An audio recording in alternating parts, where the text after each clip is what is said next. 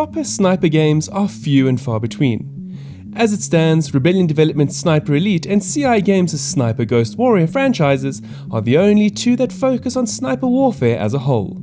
Fortunately, both franchises are entertaining as much as they are challenging, and both emphasize stealth and long-distance shooting. The Sniper Elite franchise is at the heart of this review, whereby the second game in the series has been lovingly remastered. For all intent and purpose, Sniper Elite V2 Remastered is a brand new, upgraded and reworked version of the 2012 masterpiece. It promises incredible visuals by way of upgraded textures, added ambient occlusion, better screen ratios, overhauled lighting, and a heck of a lot more. However, does it deliver where it matters most? Is it worthy of being called a remaster? In this famous Sniper Elite version 2 review, I go over exactly why I think it certainly does. Those scientists remaining in the city would soon be in Russian hands. My job was to make sure that didn't happen. In terms of story, Sniper Elite V2 Remastered wastes no time in getting the ball rolling.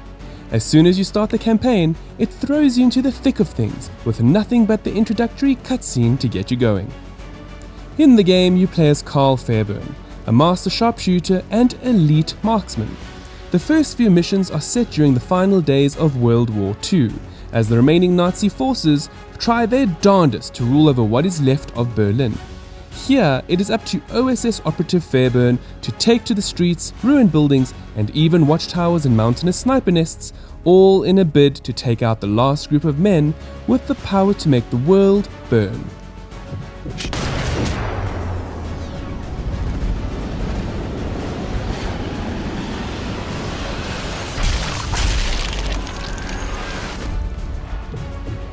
As you progress through the admittedly linear 6-hour campaign, you must infiltrate behind enemy lines to gather intel on a secretive group of scientists and cripple their work on a German V2 rocket program. And you have to do all of this before the Russians get their hands on it. The missions take Karl from the ruined outskirts of Berlin all the way through to quarries, dry valleys, and even mountain research bases disguised as mines. I will admit that the game is a fairly simple-minded affair. Once you get the required intel, shoot the necessary bad guy, and successfully exfiltrate out of the operating zone, the mission is done, and you move on to the next mission screen. Characters hardly get any exposition besides the briefing that claims they are the enemy, and Karl Fairburne himself only gets exposition by way of the short, yet exceptional, voiceover work between missions. When Eisenberg was dead, I was committed now. Both the Russians and Germans would know I was in play. The short campaign aside, Rebellion also added all of the previously released downloadable content for the game. Everything is therefore neatly packed into the full release of the remaster. These include short one-off missions that take players to different locales where they practice out various tasks. Other game modes include things like Kill Tally, the game's take on Horde mode, as well as the traditional co-op experience that lets you go through all missions with a friend. Sadly, bringing a friend along will not make the main game any longer. In essence, the game is very much a shooting gallery, arcade-style game. Although it lacks a bit in story, the focus here is not Karl and his voiceover work. Rather, it is all about the journey that players will take as they rid the world of Nazi scum, and in that regard, it does an exceptional job. Gamers who have played a third-person shooter in the past will recognize that the controls in Sniper Elite V2 Remastered are fairly straightforward. Basically, you aim with the left trigger and you shoot with the right. There are a few differences, however. For a start, the right shoulder button will allow players to steady their breathing while aiming through the sights of their sniper rifle. Doing this will make it easier to score an X-ray kill, which is like those really cool kills in Mortal Kombat, whereby the bullet follows all the way through in a cool slow-motion replay as it flies towards your target and pierces their bodies. This is gory and downright disgusting, and I love it. Beyond that, the game makes it clear that Karl is no foot soldier. When caught in the line of fire, you can hardly take any hits before going down. As such, a much safer strategy is to always use stealth to your advantage. Sleuthing about in Sniper Elite V2 Remastered is both easy and fun. The only issue, however, is that enemies can spot you from a mile away, via their peripheral vision no less. I played the game through a normal marksman difficulty, and sneaking by enemies proved to be a proper chore, until I learned how to best use my weapons to just blast my way through.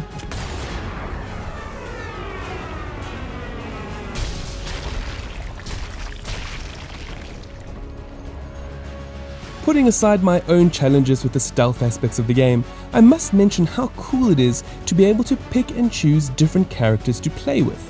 In Sniper Elite V2 Remastered, it includes the addition of 8 new playable characters, all ported over from Sniper Elite Nazi Zombie Army and its sequel. In order to choose a new character to play as, all you need to do is swipe through the cards during the mission briefing screen, where you can choose your weapons, check your inventory, and get an overview of your objectives. It is just a shame that, regardless of whom you choose, the characters are merely aesthetic in nature and offer no additional perks or status changes. Fortunately, these aesthetic changes are incredibly well implemented.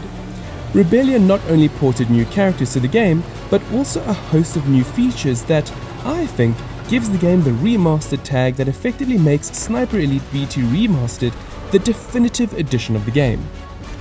As a remaster, the most prominent visual upgrades include a new 4K ultra high definition resolution, as well as an implementation of high dynamic range colors. Rebellion also enhanced the lighting, shadows, textures, and ambient occlusion present in the game. As such, the world feels alive, and characters seem to blend in perfectly with the new visual flourishes. It is very clear that Rebellion put a lot of care and effort into Sniper Elite V2 Remastered. In fact, they put so much effort into it that they also wanted to show it off, hence the addition of an all-new photo mode. The game features a very comprehensive photo mode that allows you to take snapshots of the action as it is happening. Aside from the visual filters, depth of field enhancements, and fancy color edits available, players can also step through the action in a frame-by-frame manner. Let me explain. When photo mode is engaged, it pauses the game. It then allows you to move through the scene frame by frame. This allows for absolutely incredible shots to take place, not only in order to exploit the incredible new visuals, but also for things like X-rays to really get in depth. Better still, it also allows you to take shots of mannequin butts, because, you know, for science. Sniper Elite V2 Remastered is an incredible title. It not only brings back Karl Fairburne in his second outing as the Nazi Killer Extraordinaire, but it also breathes new life into the old title with outstanding new visuals that rival most modern games. It really just looks excellent. While the single-player campaign proves to be a bit short and without proper exposition for both the protagonists and the villains, it still bears pretty much the same amount of exposition you would find in other classics that fans keep asking for, kind of like Call of Duty Modern Warfare. It also includes all of the game's released DLC, all neatly packaged into one release. Therefore, if you are a fan of the Sniper Elite titles, Sniper Elite version 2 Remastered will most likely already be on your radar, and for very good reason.